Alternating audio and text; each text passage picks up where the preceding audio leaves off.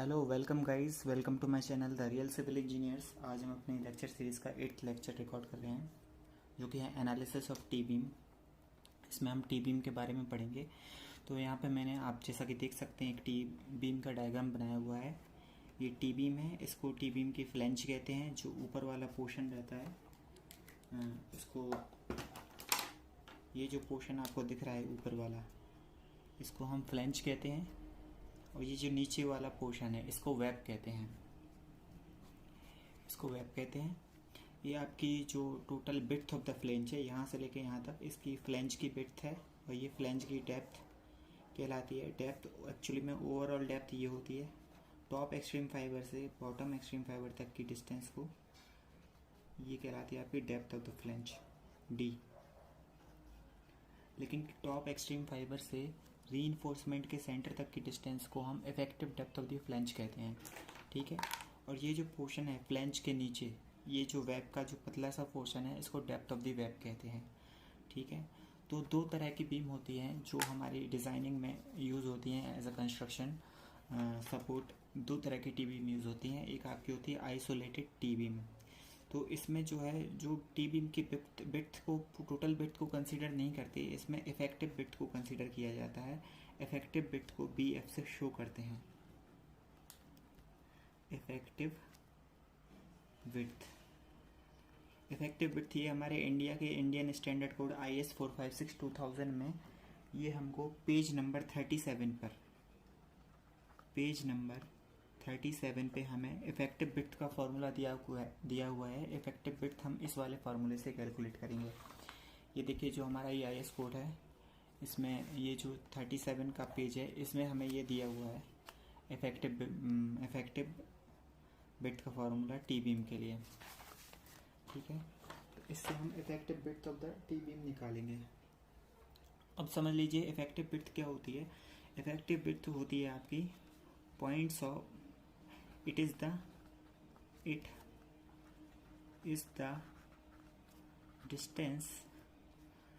distance between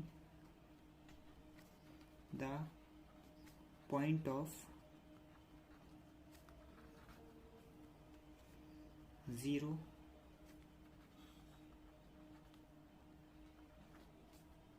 bending moment।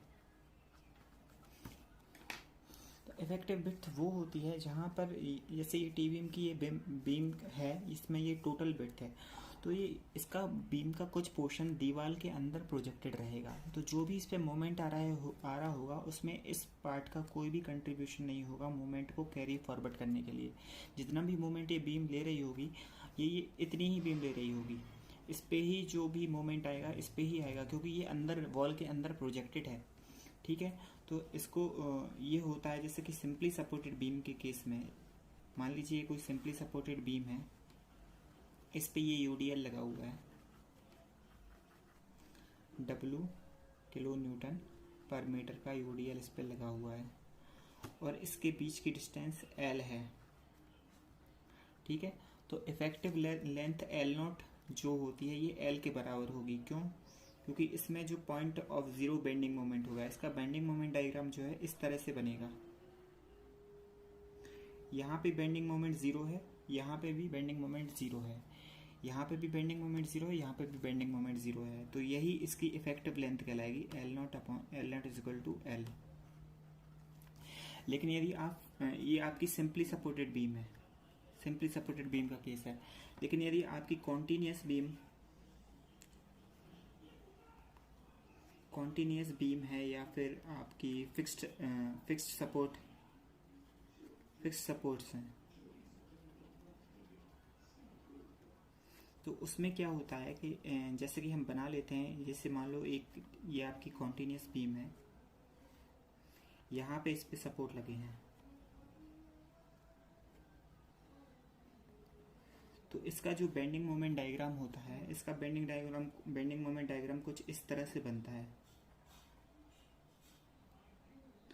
इसके support पे जो है नेगेटिव बेंडिंग मोमेंट आ जाता है, यहाँ पे पॉजिटिव बेंडिंग मोमेंट होता है, यहाँ पे नेगेटिव हो जाता है। तो यहाँ पे जो point of zero bending moment है, तो इन दोनों के ये वाली जो ये होगी L0 आपकी, यहाँ पे जो बीम की लेंथ थी सपोर्ट के बीच में ये थी L, लेकिन जो इफेक्टिव लेंथ होगी वो L0 होगी, और जो L0 होगी वो होती है 0.7 times of L।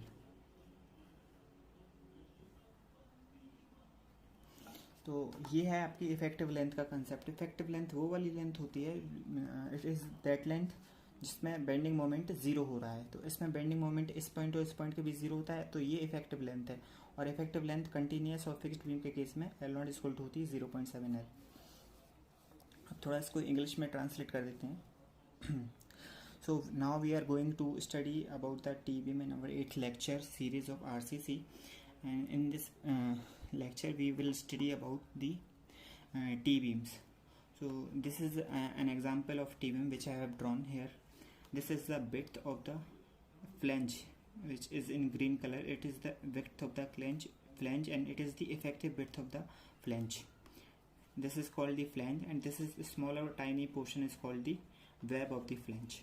This is called the depth of the flange, depth of the web, and it is called this one is called the depth of the flange, TF. Okay, and it is called the distance between from top extreme fiber to the bottom extreme fiber is called the overall depth of the T-beam, and the distance between top extreme fiber up to the center of reinforcement is called the effective depth of the flange, and this is called the width of the web portion.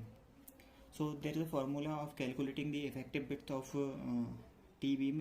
It is equal to L0 upon L0 by B plus 4 plus BW. It is given in our Indian Standard IS 456/2004. So effective width of the flange can be calculated by using this formula, which is given in the IS code in our Indian Standard IS 456/2004 at page number 37, where BF is equal to L0 upon B plus 4 plus BW, where BW is the width of the web, B is the width of the flange, and L0 is the effective length. Now it is not effective width, is the effective length. Now what is the effective length? Effective length, it is the distance between the point of zero bending moment. Like in the case of simply supported beam, this is our simply supported beam, and these are the supports, and the distance between the supports are L. Now the distance between the point of zero bending moment, here you can see in the bending moment diagram, the moment here it's 0 and the moment here is 0. So the distance effective length will be L itself, L0 is equal to L itself. But in the case of continuous beam and fixed supports, this is the supports, so the point of zero bending moment is here and here, and at the supports the bending moment will be negative. So the even though the length between the support is L, but the effective length which we will be going to use in this formula will be L0, and is equal to 0.7 times 0.7 times L, and it is the distance between the points of zero bending moment. Okay, so this is the example of isolated T-beam. Now we will take the example of continuous T-beam. This is the second case. हम continuous T-beam का example लेते हैं.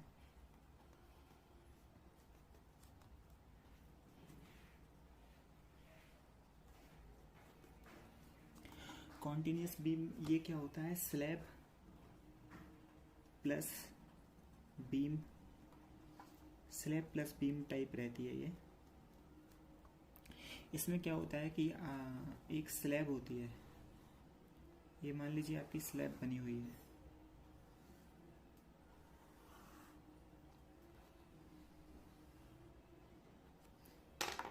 इस slab से कुछ beams पास हो रही हैं. मान लीजिए एक बीम ये पास हो रही है इससे,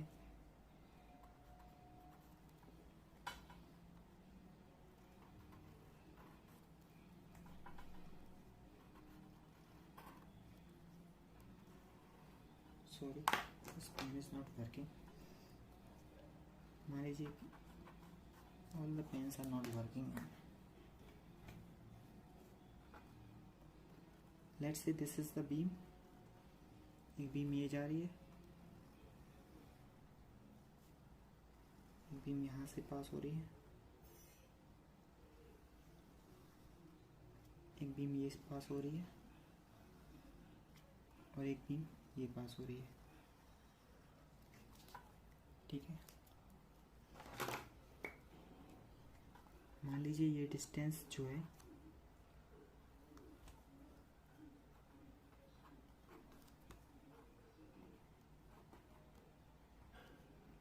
इस बीम और इस बीच के बीच की डिस्टेंस L1 है और इस बीम और इस बीम के बीच की डिस्टेंस L2 है, ठीक है। इसको ही यदि मैं इन बीम्स को यदि मैं नीचे प्रोजेक्ट करता हूँ तो ये देखिए,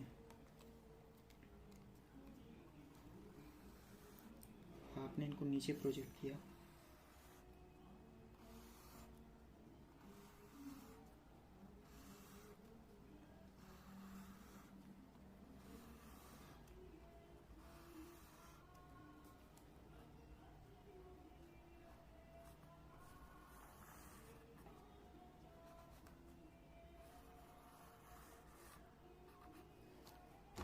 तो ये कुछ इस तरीके से बनेगी।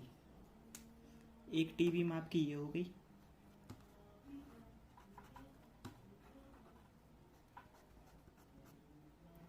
ये टी बीम की फ्लैंज हो गई और ये टी बीम की वेब। एक टी बीम ये हो गई, एक टी बीम आपकी ये हो गई,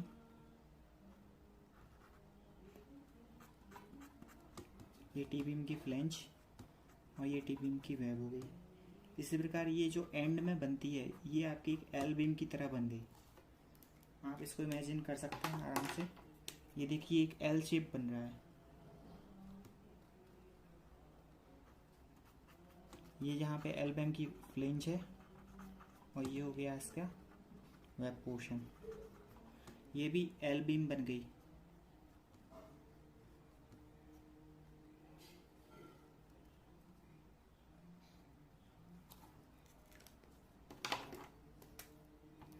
तो ये एल बीम की फ्लैंज हो गई और ये एल बीम की वेब हो गई, ठीक है। और ये आपकी BW है, विड्थ ऑफ द वेब, ये विड्थ ऑफ द वेब, ठीक है।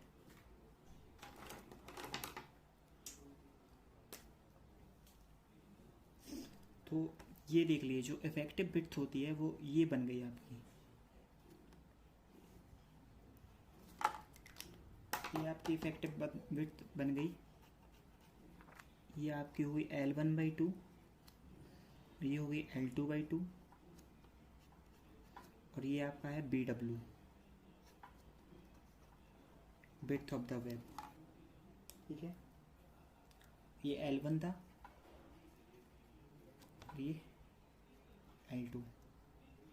तो आप एक इमेजिन कर पा रहे हैं, ये स्लैब है, स्लैब के नीचे ये बीम्स गई हुई हैं। तो ये एक जो स्लैब का पोर्शन है वो फ्लैंज की तरह एक्ट करेगा और जो वेब का पोर्शन है वो बीम की तरह, एक रेक्टेंगुलर बीम की तरह एक्ट करेगा और इन दोनों का कॉम्बिनेशन जो है एक टी बीम की तरह एक्ट करेगा, ठीक है। तो इसमें जो है इफेक्टिव विड्थ जो होती है, इसमें इफेक्टिव विड्थ का फॉर्मूला होता है BF is equal to L0/6 plus BW plus 6 times of DF, ठीक है। या तो ये होता है और BF मैक्सिमम, जो कि इस फिगर में हम देख सकते हैं L1/2 plus BW plus L2/2। तो इन दोनों में जो भी मिनिमम वैल्यू होगी, इन दोनों कंसीडरेशन के बाद जो भी मिनिमम वैल्यू आएगी उसको हम BF की तरह, विड्थ ऑफ द फ्लैंज की तरह एडॉप्ट करेंगे, ठीक है। फिर से देख लीजिए एक बार इंग्लिश में। This is the continuous T beam, it is called the slab plus beam type of a T beam in which here this is a slab, okay, and these are the beams which are going through the width of this slab. Let us say this is the distance between these beams are L1 and distance between these beams are L2 is L2. So let us project it downward. So here you can see the flange slab portion of the slab is will act like a slab, and the rectangular portion below it, which is the beam, is rectangular beam, will act as a web. So both together they will act as a T-beam, and the beams which are going at the corners will behave like a L-beam. In these type of T-beams, the effective width are calculated as per the IS code. It's given on page number 37. It is given at page number 37 of the IS code. It's the page number 37 of the IS code. For T beams, B effective is equal to L0 upon 6 plus BW plus 6 times the DF. B0 is equal to L0 upon 6 plus BW plus 6 times the DF, or BF maximum will be L1 by 2. Here it's L1, it is L1 by 2 plus BW, width of the web, this portion BW plus L2 by 2. Okay, so this is called the minimum of these two values will be considered as the effective width of the flange. Okay, so there are two cases. When the T-beam is isolated, the effective width will be calculated according to this formula, and if the beam is continuous, it's a slab beam type of case, then the effective width will be calculated according to this formula. Now let us do the analysis of T-beam.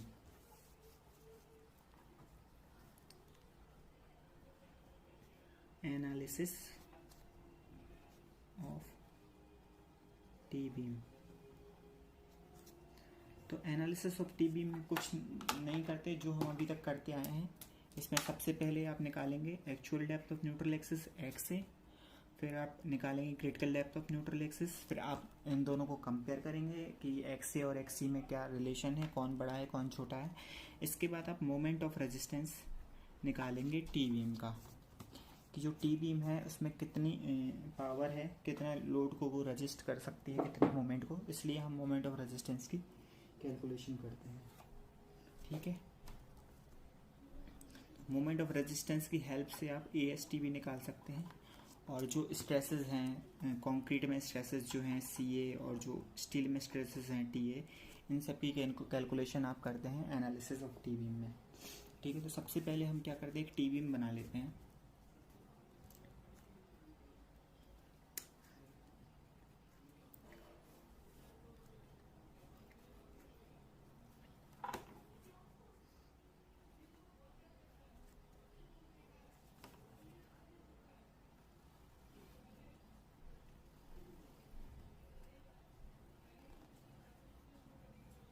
ये T beam है, यहाँ पे area of steel दिया गया है। ये जो है आपका width of the T beam है B।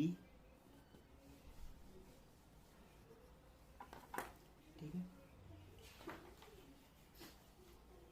जो आपका width of the T beam है, और यहाँ पे जो ये वाली जो डेप्थ होगी ये कहलाएगी DF।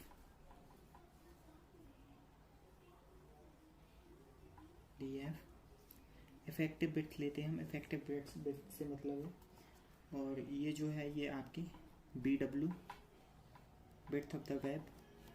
ठीक है, टॉप एक्सट्रीम फाइबर से इसको प्रोजेक्ट कर दो आगे तक। बीम के टॉप एक्सट्रीम फाइबर से बॉटम एक्सट्रीम फाइबर तक की डिस्टेंस ये आपकी कहलाएगी ओवरऑल डेप्थ। इसको कैपिटल D से डिनोट करेंगे, और टॉप एक्सट्रीम फाइबर से टेंसाइल रीइंफोर्समेंट के सेंटर तक का डिस्टेंस ये कहलाएगी आपकी इफेक्टिव डेप्थ। इसे स्मॉल d से रिप्रेजेंट करते हैं, और ये आपका डेप्थ ऑफ द वेब, जहाँ से वेब स्टार्ट हो रही है और एंड पॉइंट तक, ये आपकी कहलाएगी depth of the web DW।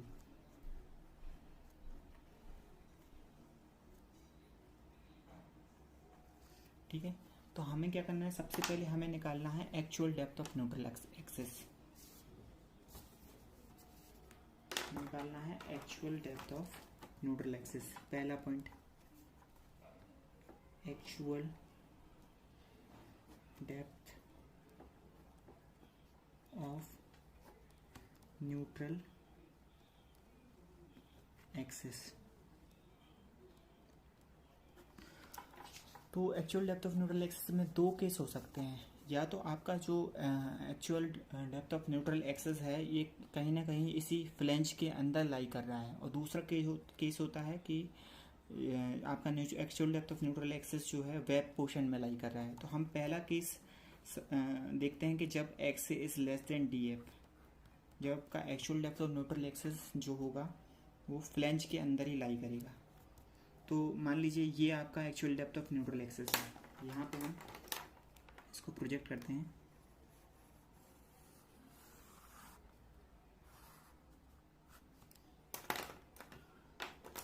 मान लीजिए ये है आपका actual depth of neutral axis.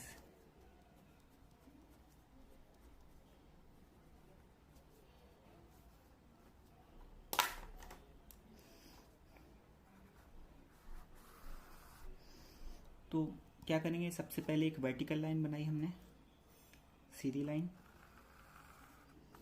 ठीक है। स्टील के लेवल पे एक लाइन बना दी। यहाँ पे जो है स्ट्रेसेस आएंगे, यहाँ पे क्या स्ट्रेस आएगी,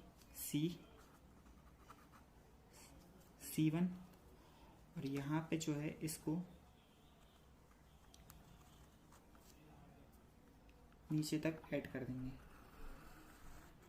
तो यहाँ जो स्ट्रेस आएगी वो आएगी T/M, ठीक है। यहाँ पे जो स्ट्रेस आई ये आपकी C या C1 बोल दीजिए। यहाँ पे जो स्ट्रेस आएगी ये आएगी T/M। तो ऊपर वाले एक्सेस को हम बेस एक्सेस मानते हैं और यहीं से सारी डिस्टेंस की कैलकुलेशन कर रहे हैं। तो मान लीजिए अगर एक्स ए आपकी ये है, अगर ये एक्स ए है, तो अब एनालिसिस करते हैं। तो मोमेंट ऑफ रेजिस्टेंस सबसे पहले क्या होगा, actual depth of neutral axis कैसे निकालेंगे, मोमेंट ऑफ एरिया लेंगे हम, मोमेंट ऑफ एरिया। तो मोमेंट ऑफ एरिया में क्या लेंगे, moment of compression area, moment of compression area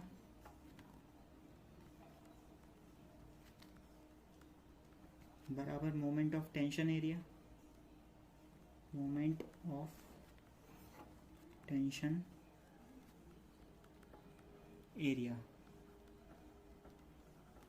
ठीक है। तो कंप्रेशन में देखिए कितना एरिया आ रहा है, ये आपकी एक्स ए है, ये कंप्रेशन में आ रहा है C, क्योंकि हम जानते हैं कि सिंपली सपोर्टेड बीम के केस में जो भी न्यूट्रल एक्सिस के ऊपर, ये हमारा न्यूट्रल एक्सिस गया, न्यूट्रल एक्सिस के ऊपर का जो भी एरिया होता है वो कंप्रेशन में होता है, और न्यूट्रल एक्सिस के नीचे का जो भी एरिया होता है वो टेंशन में होता है। तो मोमेंट ऑफ कंप्रेशन एरिया बराबर मोमेंट ऑफ टेंशन एरिया, यानी कि area into compression area into distance between CG to neutral axis बराबर टेंशन एरिया, शॉर्ट में लिख रहे हैं इसको, tension area into distance from CG to neutral axis, ठीक है। तो अब देखिए कंप्रेशन में कितना एरिया है, ये एक रेक्टेंगल बन गया। कैसा रेक्टेंगल, जिसकी ये विड्थ कितनी है BF और डेप्थ कितनी है XA। तो BF/XA डेप्थ का एक रेक्टेंगल बन गया जो कि कंप्रेशन में है। तो एरिया कितना हो गया, BF into XA into distance between CG to neutral axis. अब इसकी CG कहाँ पे लाई करेगी, अगर ये एक BF इंटू XA डेप्थ का एक ये अगर रेक्टेंगल है तो इसकी CG यहीं लाई करेगी, और ये क्या होगी XA/2, इसको CG देंगे y1 बराबर XA/2। तो इसकी distance from CG to neutral axis क्या होगी, XA/2 बराबर। ये तो आप आंख बंद करके ले सकते हैं कि टेंशन एरिया क्या होता है, जो भी एरिया है उसमें इक्विवेलेंट एरिया कन्वर्ट करने के लिए M इंटू AST, ठीक है। और यदि ये वाली डिस्टेंस यदि XA है और ये वाली डिस्टेंस D है, तो ये वाली डिस्टेंस क्या हो जाएगी,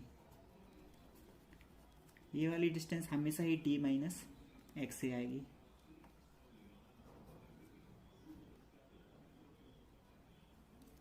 ठीक है। तो टेंशन एरिया क्या है? टेंशन एरिया है M into A S T, ठीक है। और distance from C G to neutral axis, इसका सी जी कहाँ है? इसका सी जी इसके बार के सेंटर पे है, और बार के सेंटर से ही डिस्टेंस मेजर करते हैं। ये वाली डिस्टेंस इसकी न्यूट्रल एक्सिस से डिस्टेंस क्या है? D minus X A. तो M into A S T और डी माइनस एक्स ए। इस फॉर्मूले से यदि आपका फ्लैंज के अंदर है न्यूट्रल एक्सिस, तो आप actual depth of neutral axis इस फॉर्मूले से कैलकुलेट कर सकते हैं।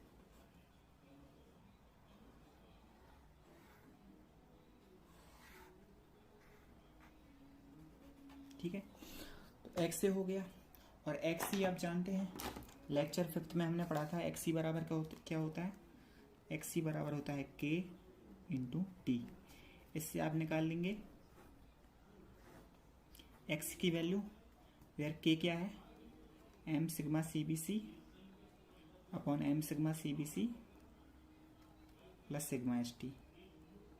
ये 5वें लेक्चर में हम पढ़ चुके हैं एक्स सी निकालना। तो एक्स सी निकाल लेंगे, फिर हम कंपेयर कर लेंगे कि एक्स सी बड़ा है या एक्स सी है, कौन सा बड़ा है उसमें, उससे हम निकाल लेंगे एक्स सी। अब देखते हैं मोमेंट ऑफ रेजिस्टेंस कैसे कैलकुलेट करते हैं। Moment of resistance, moment of resistance आप दोनों तरीके से निकाल सकते हो। या तो आप कंप्रेशन साइड से निकाल लो, सी साइड से, कंप्रेसिव फोर्स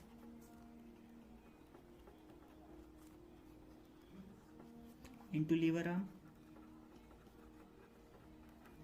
या फिर आप कंप्रेसिव फोर्स। कंप्रेसिव फोर्स क्या होता है? Stress into area. अब देखिए स्ट्रेस, कंप्रेसिव फोर्स होगा क्या आपका? Stress into area, stress into area into lever arm. अब देखिए स्ट्रेस कितना आ रहा है यहाँ पे सी स्ट्रेस है और यहाँ पे 0 है, तो एवरेज स्ट्रेस यहाँ पे आपका कंप्रेसिव फोर्स लगेगा, यहाँ पे आपका कंप्रेसिव फोर्स लगेगा सी, और यहाँ पे आपका टेंसाइल फोर्स लगेगा टी। तो लीवर आर्म क्या होगा? इन दोनों के बीच की डिस्टेंस, ये आपका लीवर आर्म होगा, ठीक है। तो लीवर आर्म क्या होगा? ये पूरी डिस्टेंस डी ए है, और ट्राइंगल की सी जी क्या होती है? बेस से एक्स ए बाई 3 पे, तो ये वाली डिस्टेंस क्या हो जाएगी? D minus X A by 3। ये देखिए ये वाली डिस्टेंस डी है और ये वाली डिस्टेंस एक्स ए बाई 3 है, तो इन दोनों के बीच की distance D minus X A by 3 हो जाएगी, ठीक है। और कंप्रेसिव स्ट्रेसेस यहाँ पे सी है, यहाँ पे 0 है, तो एवरेज स्ट्रेस क्या होगा? स्ट्रेस की जगह एवरेज स्ट्रेस लेंगे, C1 प्लस 0/2 इंटू एरिया।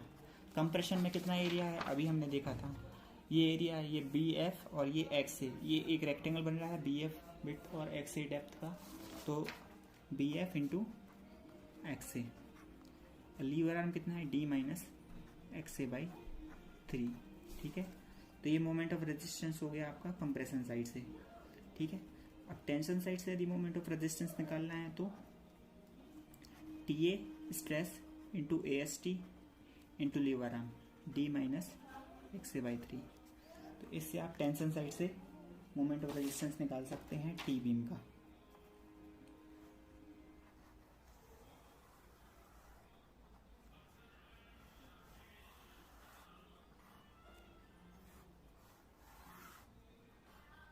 ठीक है, तो ये तो वो केस हो गया जब आपका न्यूट्रल एक्सिस जो है फ्लैंज में से जाए। आप दूसरा केस देखते हैं कि व्हेन न्यूट्रल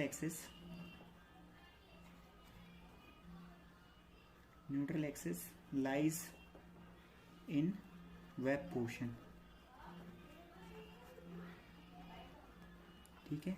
जब आपका न्यूट्रल एक्सिस जो है वेब पोर्शन में लाई कर रहा है, तब हम ये सारी कैलकुलेशन एनालिसिस कैसे करेंगे, ठीक है। तो सबसे पहले हम टी बीम बना लेते हैं।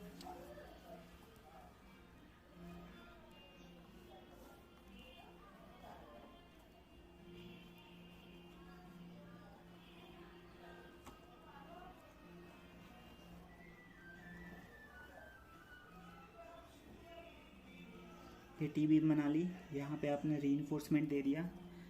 ये जानते हैं ये आपकी विड्थ ऑफ द फ्लैंज है पी एफ, ये हम जानते हैं ये डेप्थ ऑफ द फ्लैंज है DF, ठीक है।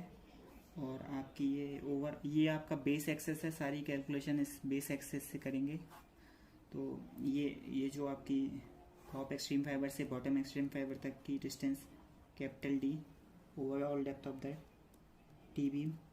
टॉप एक्सट्रीम फाइबर से बार के सेंटर तक के डिस्टेंस को इफेक्टिव डेप्थ कहते हैं, तो ये हो गया स्मॉल d। ये फ्लैंज हो गया, ये वेब की विड्थ हो गई BW, ठीक है। अब हमने माना कि जो हमारा न्यूट्रल एक्सेस है वो वेब में कहीं लाई कर रहा है, तो मान लीजिए न्यूट्रल एक्सेस कहीं पे यहाँ पे लाई कर रहा है ये। तो आप स्ट्रेस डायग्राम बनाने के लिए सबसे पहले क्या करते हैं, हम स्ट्रेस डायग्राम बनाने के लिए जो आपका बेस एक्सेस है वहाँ से शुरू करके बॉटम तक एक सीधी लाइन बना दीजिए। सबसे पहले ये बना दी हमने, और बार के सेंटर से एक सीधी लाइन खींचिए जो आपको स्ट्रेस बताएगी स्टील में, क्योंकि न्यूट्रल एक्सेस के नीचे कंक्रीट का एरिया हम इग्नोर करते हैं, क्योंकि हमने एजम्पशन में पढ़ा है कि all the tensile stresses are taken up by steel only. जितने भी टेंसाइल स्ट्रेस होते हैं वो स्टील की तरह लिए जाते हैं, तो हम एक सीधी लाइन बस बनाते हैं, ठीक है। तो यहाँ पे आपकी कोई स्ट्रेस होगी, मान लीजिए C1, लेकिन ध्यान देने वाली बात यह है कि यहाँ पे जंक्शन होगा टी बीम का, फ्लैंज का और वेब का, यहाँ पे एक अलग स्ट्रेस मिल रही होगी, तो इसको भी आगे तक प्रोजेक्ट कर देते हैं। तो अब आप इनको मिलाएंगे,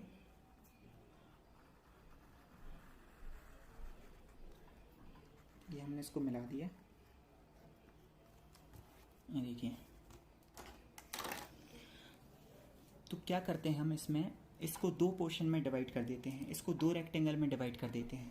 एक रेक्टेंगल इसमें ये हो गया, एक पोर्शन इसमें ये हो गया 1, और एक पोर्शन हो गया इसमें 2 ये। तो इसमें अलग अलग स्ट्रेस मिलेगी, यहाँ पे एक स्ट्रेस C1 है, यहाँ पे आपको एक स्ट्रेस मिलेगी C2, यहाँ पे स्ट्रेस मिल गया आपको C1, यहाँ पे मिलेगा आपको स्ट्रेस C2, तो यहाँ पे मिल गया C1, और यहाँ पे आपका स्ट्रेस है T/M। और ये वाली जो डेप्थ आपकी आई है ये actual depth of neutral axis है X से, ठीक है। अब आपको actual depth of neutral axis निकालनी है, तो वही करेंगे हम actual depth of neutral axis निकालने के लिए। ये वाला एरिया जो है कंप्रेशन में है, ये कंप्रेशन में है और ये कंप्रेशन में है, एरिया 1 और 2 कंप्रेशन में है। तो सबसे पहले हम लेंगे मोमेंट ऑफ एरिया, तो मोमेंट ऑफ एरिया ये अगर आपकी BF इंटू DF है, ये वाली डिस्टेंस X से है, ये वाली डिस्टेंस अगर X से है तो आप क्या ये वाली डिस्टेंस बता सकते हैं, ये क्या है। देखिए ये वाली डिस्टेंस X से है और ये DF है, तो ये X से माइनस DF हो गया, X से माइनस DF, ठीक है। अब मोमेंट ऑफ एरिया लेते हैं, moment of area of compression side. तो सबसे पहले ये वाला रेक्टेंगल कंप्रेशन में है, इसका एरिया कितना है BF into DF, moment of compression area BF into DF। अब distance between CG to neutral axis, इसकी CG क्या होगी, ये कितने पे है BF इंटू DF, तो इसकी CG DF/2 पे होगी, लेकिन यहाँ से डिस्टेंस क्या हो जाएगी, ये DF तो होगी, DF प्लस X से माइनस DF हो जाएगी, ठीक है। तो इसकी CG क्या हो जाएगी, आप फिगर को देख के लगाइए अंदाजा इसका क्या होगी CG। अगर ये टोटल X से है और यहाँ से इसकी CG जो होगी, क्योंकि सारी कैलकुलेशन ऊपर वाली बेस लाइन से कर रहे हैं, ये DF/2 पे होगी, ठीक है। तो हमें ये वाली डिस्टेंस निकालना है, इसका CG ये गया, तो हमें ये वाली डिस्टेंस निकालना है। तो ये वाली डिस्टेंस होगी आपकी X से माइनस DF, सिर्फ DF के अपॉन में 2, क्योंकि DF/2 पे CG होगी, तो BF into DF into X से माइनस DF/2, तो ये एरिया हो गया into distance from CG to neutral axis, ठीक है। प्लस अब ये रेक्टेंगल दे रहा है डिस्टेंस, ये रेक्टेंगल कितना है, इसकी देखिए इसकी विड्थ कितनी है BW और इसकी डेप्थ कितनी है X से माइनस DF, तो एरिया क्या हो गया BW इंटू X से माइनस डी एफ, ठीक है। लेकिन इसकी सी जी कितनी डिस्टेंस पे होगी, एक्स ए माइनस डी एफ है ये टोटल, तो इसकी सी जी कितनी होगी, x A minus D F by 2 पे इंटू एक्स ए माइनस डी एफ होल के अपॉन में 2, ठीक है। एक्स ए माइनस डी एफ होल के अपॉन में 2, क्योंकि ये इतना पूरा हाइट क्या है एक्स ए माइनस डी एफ, तो यहाँ से ये वाली डिस्टेंस, ठीक है, बराबर नीचे एरिया, टेंशन एरिया, ये तो आप आंख बंद करके लिख सकते हैं, एरिया कितना है M into A S T, ठीक है।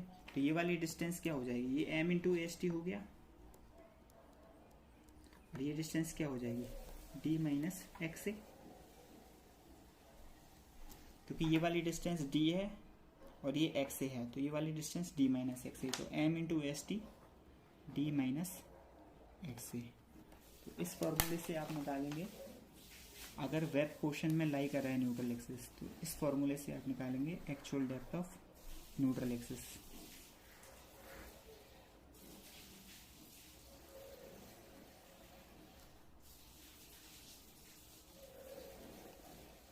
ठीक है, इस फॉर्मूले से actual depth of neutral axis निकालेंगे। अब आप मोमेंट ऑफ रेजिस्टेंस कैसे निकालेंगे, moment of resistance, moment of resistance आप कंप्रेशन साइड से कैसे निकालेंगे, यहाँ पे देखिए दो बन रहे हैं पोर्शन, तो दो फोर्स कंसिडरेशन में आएंगे, ठीक है। एक तो इसकी सीजी पे, इसकी सीजी पे एक फोर्स लग रहा होगा कंप्रेसिव फोर्स C1, ठीक है, और यहाँ पे इसकी एक सीजी पे कंप्रेसिव फोर्स लग रहा होगा C2, ठीक है। तो ये आपका लीवर आर्म 1 हो जाएगा, यहाँ लग रहा होगा T, तो ये आपका लीवर आर्म 2 हो जाएगा, और ये वाला डिस्टेंस ये हो जाएगा आपका लीवर आर्म 1, ठीक है। तो ये होगा D माइनस Y1, Y1 क्या होगी, यहाँ टॉप से लेके इसकी सीजी तक की डिस्टेंस Y1 होगी, और ये लीवर आर्म 2 हो जाएगा आपका D माइनस Y2, Y2 क्या होगा, यहाँ टॉप से लेके इसकी सीजी तक का डिस्टेंस, यहाँ से लेके इसकी सीजी तक का डिस्टेंस ये होगा आपका Y2। इसके लिए आपको Y1 और Y2 की कैलकुलेशन करनी होगी, ठीक है। तो अब मोमेंट ऑफ रेजिस्टेंस निकालते हैं हम कंप्रेशन साइड से। तो मोमेंट ऑफ रेजिस्टेंस क्या होगा, C1, मोमेंट ऑफ रेजिस्टेंस होगा आपका C1 into lever arm 1 plus C2 into lever arm 2, ठीक है। तो C1 क्या होगा, stress into area, stress into area into lever arm 1 D minus Y1 plus C2, C2 में भी स्ट्रेस इंटू एरिया, फोर्स क्या होता है stress into area into lever arm 2 D minus Y2, ठीक है। तो अब स्ट्रेस देखिए, स्ट्रेस कितना लग रहा है C1 पे,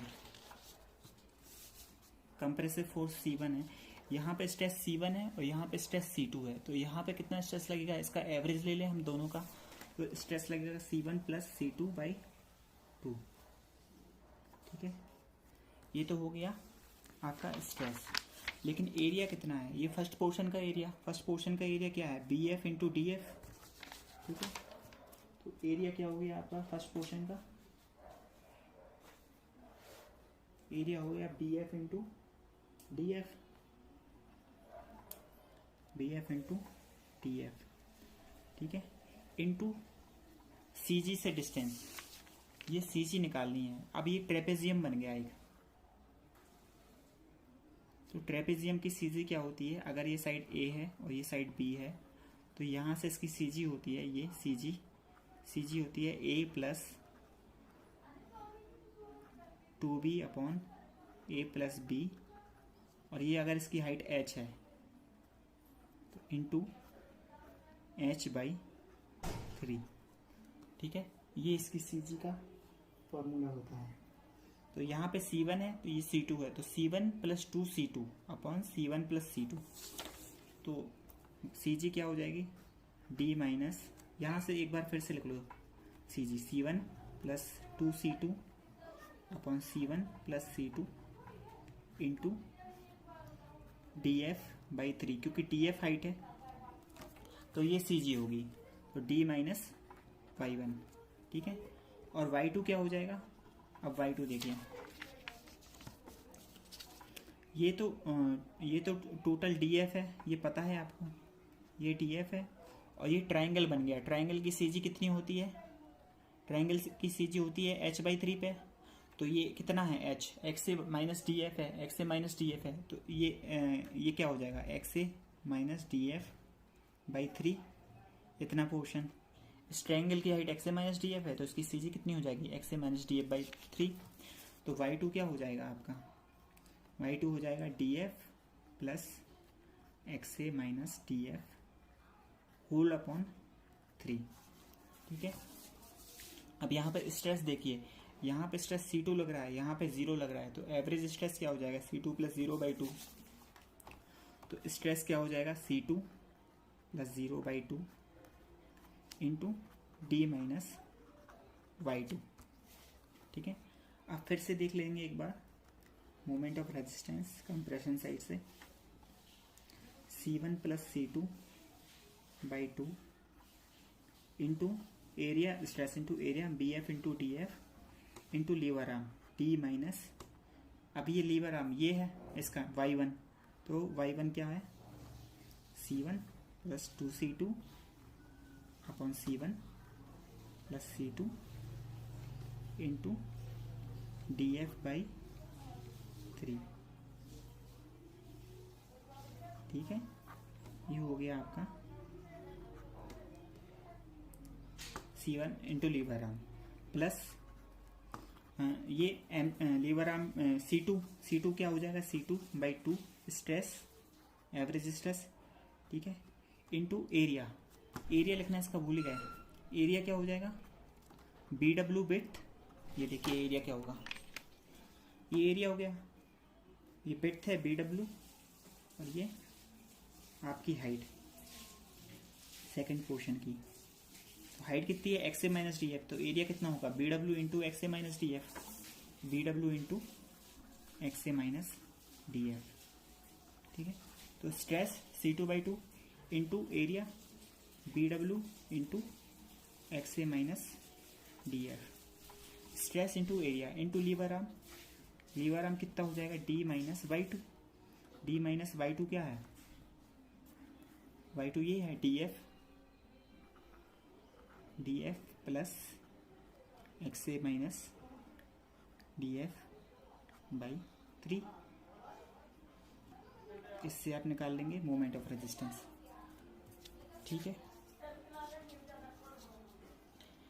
तो इसमें भी 3 प्रकार के केस होते हैं, अंडर रीइंफोर्स्ड, ओवर रीइंफोर्स्ड और बैलेंस सेक्शन। तो पहला केस देखते हैं हम कि यदि अंडर रीइंफोर्स्ड सेक्शन है, अंडर रीइंफोर्स्ड सेक्शन में क्या होगा कि स्टील तो अपनी स्टील कम है, तो स्टील क्या होगा, अपनी परमिसिबल लिमिट पे पहुंच जाएगा, यानी कि T/M तो हो जाएगा आपका क्या, सिग्मा ST/M, ठीक है, सिग्मा ST/M हो जाएगा। और आपका जो C1 है ये लेस देन होगा ये सिग्मा CBC से, क्योंकि अंडर रीइंफोर्स्ड सेक्शन में ये अपनी परमिसिबल लिमिट पे नहीं पहुंचेगा, ठीक है। अब एक बार इसको डायग्राम से समझते हैं, थोड़ा ध्यान से समझिएगा, थोड़ा लंबा कंसेप्ट है। पहला केस अपन देख रहे हैं अंडर रीइंफोर्स्ड सेक्शन का,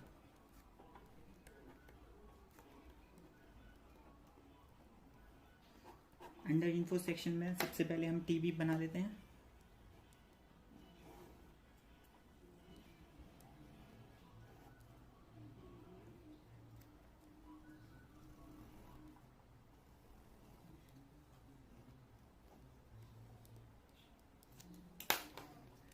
इसको आगे तक प्रोजेक्ट करिए, देखिए तरीका देख लीजिए आप कैसे बनाते हैं स्ट्रेस डायग्राम।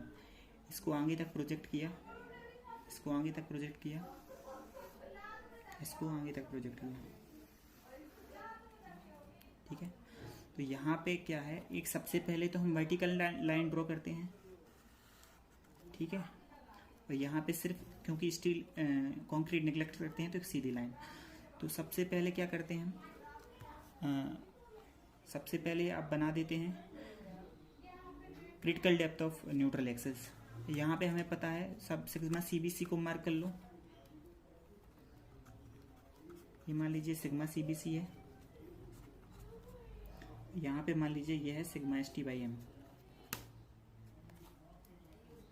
Sigma ST/m।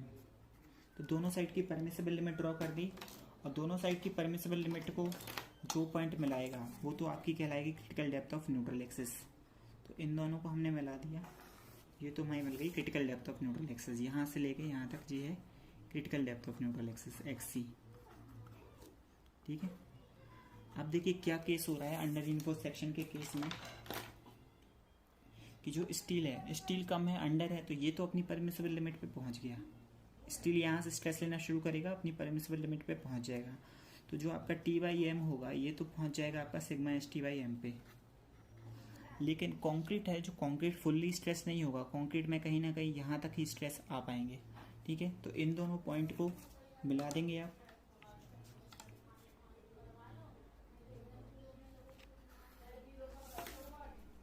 तो ये आपका मिल गया actual depth of neutral axis. ये मिल गया आपको XA।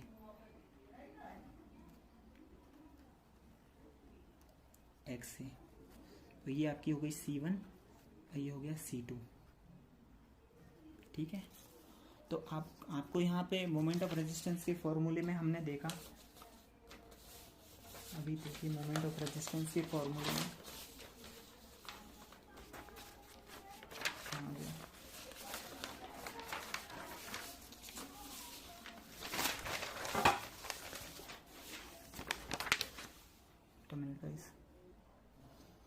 तो देखिए यहाँ पे ना हमें C1 पता है ना C2 पता है, लेकिन हमें अंडर रिइंफोर्स्ड सेक्शन में पता है कि जो एक्चुअल स्ट्रेस टेंशन होंगे ये परमिसिबल लिमिट पहुंच जाएंगे सिग्मा ST/m, तो हमें ये पता है। तो अब ये देखिए कंप्रेशन साइड से यदि हम मोमेंट ऑफ रेजिस्टेंस निकालते हैं तो इसमें C1 और C2 आ रहा है, यहाँ पे C2 आ रहा है, जिसमें हमें ना C1 C2 पता है ना C2 पता है। तो कैसे निकालेंगे हम? सिमिलर ट्रायंगल से। इसमें आप सिमिलर ट्रायंगल लगा दीजिए, सिमिलर ट्रायंगल से। तो क्या हो जाएगा, ये वाली डिस्टेंस, यदि ये वाली डिस्टेंस क्या हो जाएगी, ये XA है, तो ये वाली डिस्टेंस हो जाएगी XA minus D minus XA, क्योंकि ये ओवरऑल ये वाली डिस्टेंस क्या है, ये D है, तो ये वाली डिस्टेंस क्या हो जाएगी D माइनस XA, और ये वाली डिस्टेंस क्या हो जाएगी, ये आपका XA है,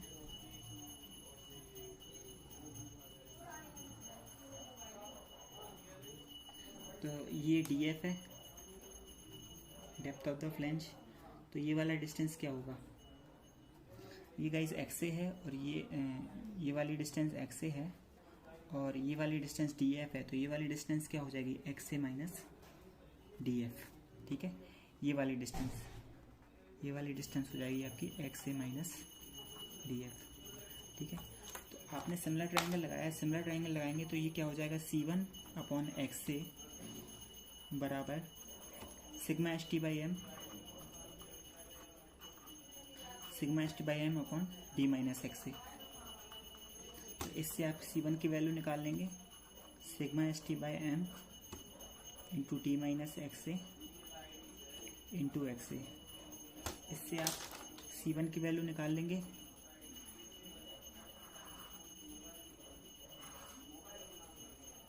ऐसे ही आप C2 की वैल्यू निकाल लेंगे। C2 की वैल्यू कैसे निकालेंगे, C1 आपको मिल जाएगा, ठीक है, C1 मिल जाएगा, तो C2 की वैल्यू कैसे निकालेंगे, C1 अपॉन XA बराबर C2 अपॉन ये वाली डिस्टेंस क्या है XA minus DF, C2 upon XA minus DF। तो C2 की वैल्यू क्या हो जाएगी, C1 upon XA into XA minus DF। इससे आप C2 की वैल्यू निकाल लेंगे। तो जब आप C1 और C2 की वैल्यू निकालेंगे तब आप इस फॉर्मूले में C1 और C2 की वैल्यू रख के, इस फॉर्मूले में आप C1 और C2 की वैल्यू रख के मोमेंट ऑफ रेजिस्टेंस निकाल देंगे कंप्रेशन साइड से। इसमें क्या है, आपको भूल के भी, जैसे कि मैंने बताया था कि डबली रीइंफोर्स्ड बीम में टेंशन साइड से मोमेंट ऑफ रेजिस्टेंस नहीं निकालना है। तो इस केस में भी भूल के भी आप टेंशन साइड से मोमेंट ऑफ रेजिस्टेंस नहीं निकालेंगे। क्यों नहीं निकालेंगे? क्योंकि आपको पता है कि यहाँ पे एक फोर्स लग रहा है C1, ठीक है, यहाँ पे फोर्स लग रहा है C2, ठीक है, और ये आपकी डिफरेंट CG है Y1, ये वाली CG आपकी डिफरेंट है Y2, ठीक है। तो यदि आपको टेंशन साइड से निकालना है तो टेंशन साइड से मोमेंट ऑफ रेजिस्टेंस क्या हो जाएगा? टेंशन साइड से ये हो जाएगा आपका TA into AST into D minus Y bar. इसमें क्या है, आपको कंबाइंड CG निकालनी पड़ेगी। वाई बार आप कैसे निकालेंगे?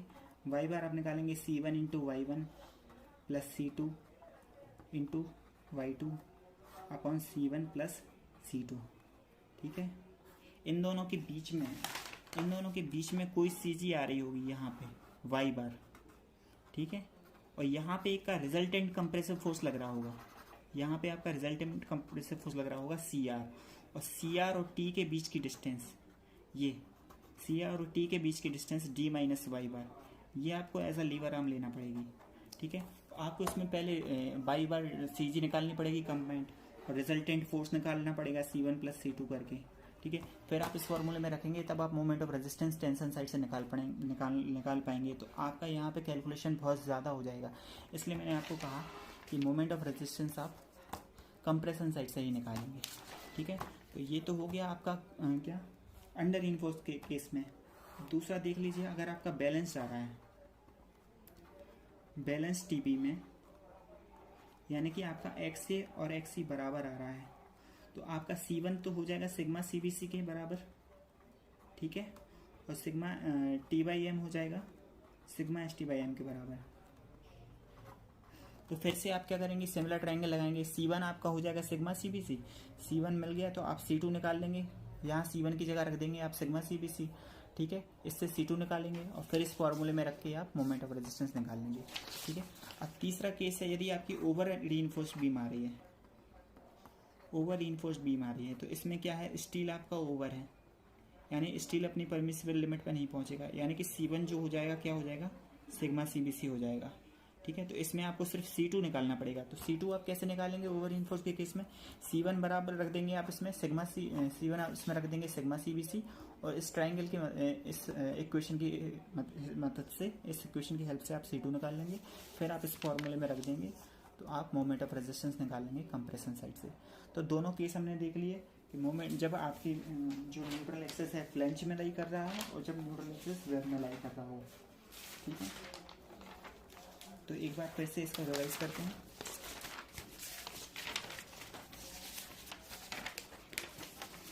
देखिए,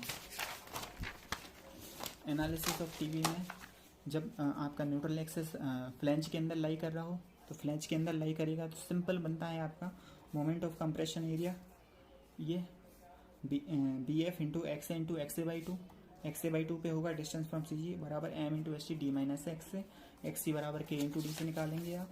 मोमेंट ऑफ रेजिस्टेंस वही जो एक सिंपल सिंगली रीइंफोर्स्ड बीम के केस में पढ़ा था, सारी इक्वेशंस वैसे ही बनेंगी इसमें, ठीक है। C1 यहाँ से निकालेंगे कंप्रेशन साइड से, और टेंशन साइड से जो भी होगा अंडर रीइंफोर्स्ड होगा तो ये C1 बराबर अंडर रीइंफोर्स्ड होगा तो ये TA बराबर सिग्मा ST हो जाएगा, ठीक है, और ट्राइंगल की मदद से आप C1 निकाल लेंगे। और यदि ओवर रीइंफोर्स्ड है तो C1 की वैल्यू हो जाएगी सिग्मा CBC, ठीक है, तो यहाँ पे सिग्मा CBC रख देंगे, ठीक है। और दूसरा केस है जब when neutral axis lies in the web portion में लाई करेगा, तो थोड़ा सा बड़ा हो जाएगा, लेकिन आप कंसेप्चुअली बनाते चलेंगे तो सारा सॉल्व हो जाएगा। इसमें C1 C2 moment of resistance दोनों पोर्शन से होगा, आप इसको दो रेक्टेंगल में डिवाइड कर देंगे, ये रेक्टेंगल है दूसरा रेक्टेंगल, इससे आप मोमेंट ऑफ एरिया निकाल लेंगे इस इक्वेशन से, ठीक है। तो सेक्शन का डायग्राम बना लेंगे, स्ट्रेच डायग्राम बनाएंगे, CG निकाल लेंगे, और जो भी है अगर अंडर रीइंफोर्स्ड है, ओवर रीइंफोर्स्ड है और बैलेंस सेक्शन है, तो तीनों कंडीशन मैंने आपको समझाई हुई है। इस तरीके से आप इससे मोमेंट ऑफ रेजिस्टेंस इस फॉर्मूले से निकाल लेंगे।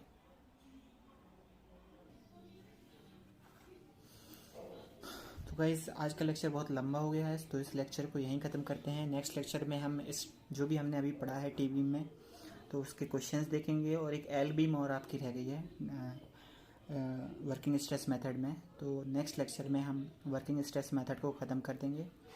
तो आई होप आपको वीडियोस पसंद आए होंगे। तो प्लीज़ अगर आपको वीडियो पसंद आए तो लाइक करिए और उसको ज़्यादा से ज़्यादा शेयर करिए।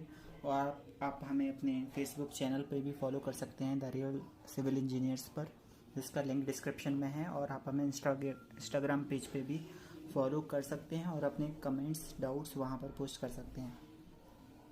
Thank you very much guys. Be a real civil engineers, don't just get a degree, get the knowledge.